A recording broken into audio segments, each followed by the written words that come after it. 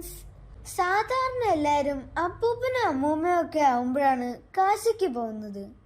എന്നാലേ എനിക്കെന്റെ 10ാമത്തെ വയസ്സിൽ തന്നെ കാശിക്ക് പോകാനുള്ള ഭാഗ്യം കിട്ടി. അതിന്റെ വിശേഷങ്ങളാണ് ഇന്നത്തെ വീഡിയോയിൽ. കോഴിക്കോട് എയർപോർട്ടിൽ നിന്ന് രാവിലെ ആയിരുന്നു ഞങ്ങളുടെ ഫ്ലൈറ്റ്. ഇൻഡിഗോ ആയിരുന്നു ഞങ്ങളുടെ ഫ്ലൈറ്റ്. ഞങ്ങൾ ക്യൂവിൽ നിന്ന് ബസ്സിൽ കയറി ഫ്ലൈറ്റ് കയറാനായി പോയിക്കൊണ്ടിരിക്കുകയാണ്. ബസ്സിന്റെ ഗ്ലാസിനുള്ളിൽ കൂടെ ഞാൻ ഒളിഞ്ഞു നോക്കിയപ്പോൾ അതാ കിടക്കുന്നു ഞങ്ങളുടെ ഫ്ലൈറ്റ്. ഇൻഡിഗോയുടെ ചെറിയ ഫ്ലൈറ്റ് ആയിരുന്നു.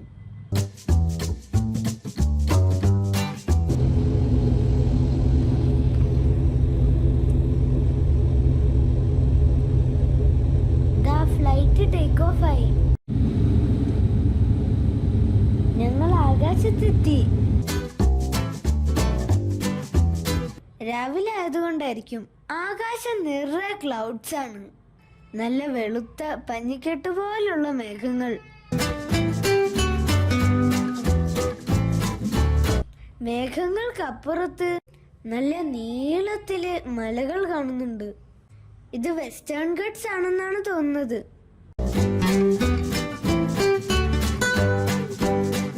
അങ്ങനെ ഞങ്ങൾ ചെന്നൈയിലെത്തി. ഇനി ഇവിടെ നിന്നാണ് വാരാണസിക്കുള്ള ഫ്ലൈറ്റ്. ഞങ്ങൾ വീണ്ടും ഫ്ലൈറ്റ് ഇറങ്ങി ബസ്സിൽ കയറി. ഈ ചെന്നൈ എയർപോർട്ടിൽ എനിക്ക് 1 വയസ്സായപ്പോൾ ഞാൻ വന്നിട്ടുണ്ട്. പൊന്നച്ചന് കുറച്ചുനാൾ ഇവിടെ പോസ്റ്റിംഗ് ഉണ്ടായിരുന്നു. അപ്പോൾ ഞാനും പൊന്നമ്മയും പൊന്നച്ചന്റെ കൂടെ നിൽക്കാൻ വേണ്ടി വന്നിരുന്നു. പൊന്നച്ചൻ ഡൽഹിയിലേക്ക് തിരിച്ചു പോയപ്പോൾ ഞാനും പൊന്നമ്മയും ഇവിടുന്ന് നാട്ടിലേക്ക് ഫ്ലൈറ്റ് കയറി. 1 വയസ്സായതുകൊണ്ട് എനിക്കതൊന്നും ഓർമ്മയില്ല. നോക്ക്, നല്ല ഭംഗിയുള്ള ഒരു ഇല്ലസ്ട്രേഷൻ. കുറെ പേര് ചേർന്ന് ഒരു ബോട്ട് കടലിലേക്ക് ഇറക്കുന്നതാണ്. ജീവനുള്ള ശില്പങ്ങൾ. വേറൊരു ശില്പം, ഭഗവാൻ നടരാജന്റെ കളർഫുൾ ആയൊരു ശില്പം. സെക്യൂരിറ്റി ചെക്കിന്റെ അവിടെയുള്ള മതിൽ നിറയെ കളർഫുൾ ആയ 3D രൂപങ്ങളാണ്. തമിഴ്നാടിന്റെ ഹിസ്റ്ററിയും കൾച്ചറുമായി ബന്ധപ്പെട്ട് കിടക്കുന്ന വിവിധ കലാരൂപങ്ങളാണ് ഇവിടെ എക്സിബിറ്റ് ചെയ്തിരിക്കുന്നത്. അവിടെ ലോഞ്ചിൽ പോയി ഫുഡ് കഴിച്ചതിന് ശേഷം ഞങ്ങൾ അടുത്ത ഫ്ലൈറ്റ് കയറാൻ റെഡിയായി. ഇതിൽ നമ്മൾ എയറോ ബ്രിഡ്ജ് വഴിയാണ് പോയത്.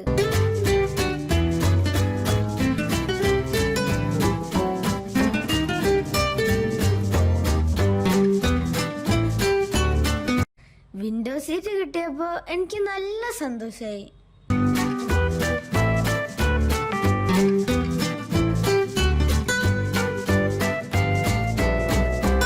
കുങ്കു നല്ല ഉറക്കായിരുന്നു.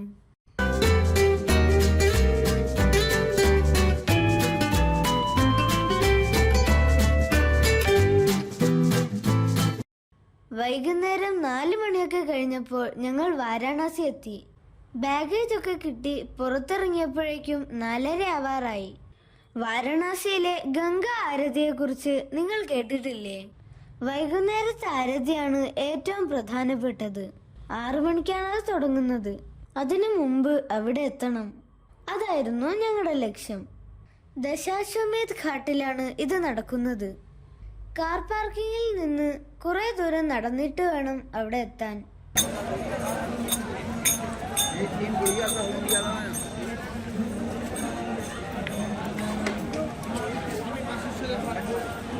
ഇടുങ്ങിയ വലിയ വൃത്തിയൊന്നുമില്ലാത്ത വഴിയാണ്.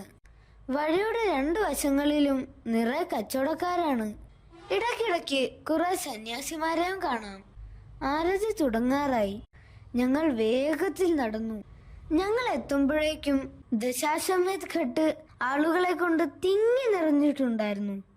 സൂചി കുത്താൻ പോലും അവിടെ സ്ഥലമില്ലായിരുന്നു. അങ്ങ് ദൂരെ കുറച്ച് കുടകൾ നിവർത്തി വെച്ചിരിക്കുന്നത് കാണുന്നില്ലേ? അവിടെയാണ് ആരതി നടക്കുന്നത്. മുന്നിൽ ഗംഗാനദിയാണ്. വൈകുന്നേരം ആവുമ്പോൾ അവിടെ ബോട്ടുകളെ കൊണ്ട് നിറഞ്ഞിരിക്കും. ബോട്ടിനു മുകളിൽ നിറയെ ആളുകളും ആരതി കാണാൻ വേണ്ടി നിൽക്കുകയാണ്.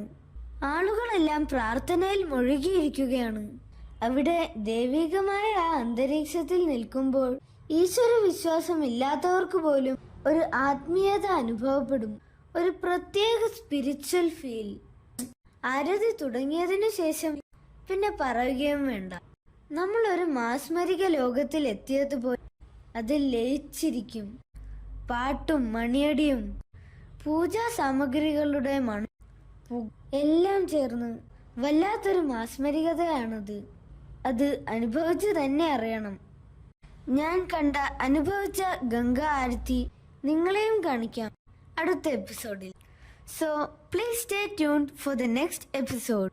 Till then, bye bye from Tanesh. Please subscribe my channel.